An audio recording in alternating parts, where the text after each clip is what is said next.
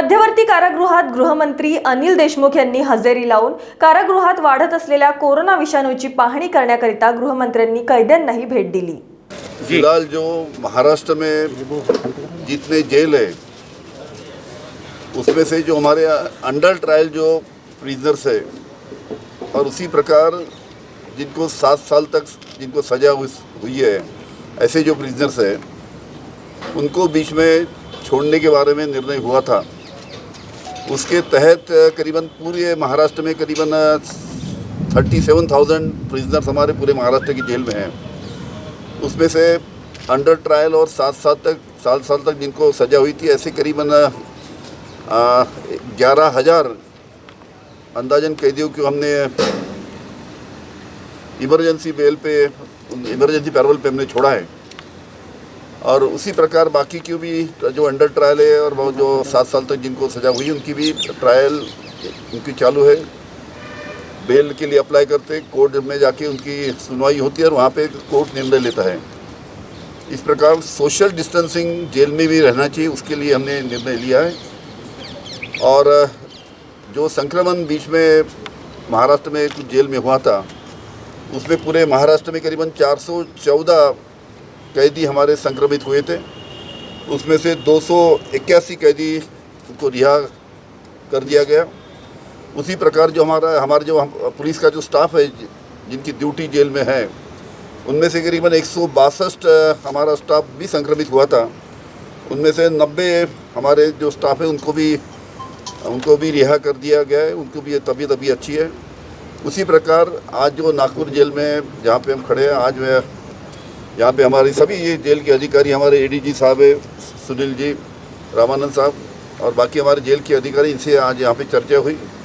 जो प्रिजनर्स है उससे भी मैंने रूबरू बातचीत की, उनका भी क्या कहना है हमने सुना। और यहाँ पे आज नागपुर के जेल में करीबन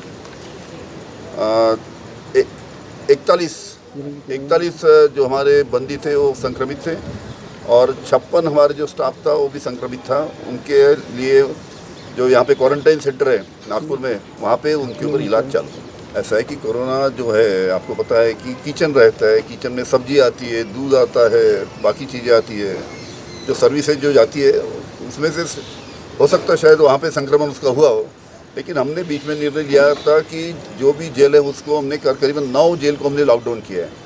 लॉकडाउन का मतलब उसमें से कोई भी कैदी बाहर नहीं जाएगा और जो भी हमारा स्टाफ है वो भी कभी जो अंदर है वो भी बाहर नहीं जाएगा और बाहर का अंदर नहीं आएगा। इस प्रकार का हमने प्रिकॉशन लिया। उसकी वजह से काफ़ी संक्रमण जो हो सकता था वो उतना हुआ नहीं। उसकी पूरी प्रिकॉशन हमने लिए। अभी करीबन 11,000 कैदी छोड़ने से सोशल डिस्टेंसिंग के बारे में भी काफ़ी अच्छी पोजीशन हर एक जेल में है। आगे भी हमारी कोशिश रहेंगी कि इसमें भी और इमरजेंसी पैरोल और थोड़ा ज़्यादा कैदियों को मिल सके, उसके लिए हमारी कोशिश जारी है। क्या फेस टू फेस से ये संक्रमण काफ़ी बढ़ता है, तो क्या इस तरीके की चीज़ें प्रोवाइड की गई है? अभी आपको बताऊं, अभी नागपुर सेंट्रल जेल के वहाँ पर खड़े हैं, यहाँ की कैपेसिटी है 1800 और आज अंदर में है करीबन 1750। मतलब जो कैपेसिटी है उसके हिसाब से अभी सोशल डिस्टेंसिंग के हिसाब से कैपेसिटी के हिसाब से बराबर कैदी है। ये जो बीच में हमने 11,000 जो इमरजेंसी पैरोल पर जो छोड़े हैं उसके वजह से सोशल डिस्टेंसिंग काफ़ी हद तक बहुत अच्छी है हर एक जेल में, ताकि संक्रमण कम हो। उसके लिए पूरी प्रिकॉशन हम ले रहे हैं। ऐसे यहाँ पे रोज़ उनका स्क्रीनिंग होता है और उसके बाद में हमारी पूरी जो डॉक्टर की टीम है पूरा हमारे जितने भी बंदी है उनका ख्याल रखती है, पूरा स्क्रीनिंग करती है। जिसकी भी थोड़ी तबीयत थोड़ी नासाज है उसके ऊपर तुरंत ट्रीटमेंट किया जाता है। सभी प्रिकॉशन हम जेल में ले रहे हैं, क्योंकि आप देख रहे हैं कि संक्रमण जो हिसाब से पूरे दुनिया में जो खौफ है कोरोना का, वो देखते हुए जेल में भी हम पूरी प्रिकॉशन ले रहे हैं। मामले भी दर्ज हुए, उनके ऊपर हमने कड़ी कार्रवाई भी की, उनके ऊपर फाइन भी किया। ऐसा है कि आप देख रहे हैं बम्बई में एक चीज़ है कि जो लॉकडाउन था, लॉकडाउन 1, लॉकडाउन 2, लॉकडाउन 3 और लॉकडाउन 4, इसमें काफ़ी हद तक काफ़ी लोगों ने बड़े अच्छी तरीके से हमको सहकार्य किया। अब ऐसा है कि लॉकडाउन तो जारी था लेकिन उसमें आर्थिक गतिविधि भी बढ़ना जरूरी है। उसके लिए राज्य शासन ने इंडस्ट्री चालू की, व्यवहार चालू किया, बिजनेस थोड़ा चालू हो गया। अब उसकी वजह से ऐसा हो गया कि लोगों को लगा कि पूरी छूट मिल गई है। काफ़ी बड़ी तादाद में लोग मुंबई में रास्ते पे आए और उससे और संक्रमण बढ़ रहा था। उसके कारण हमने वहाँ पे निर्णय लिया है कि कम से कम लोगों ने घर के बाहर निकलना चाहिए।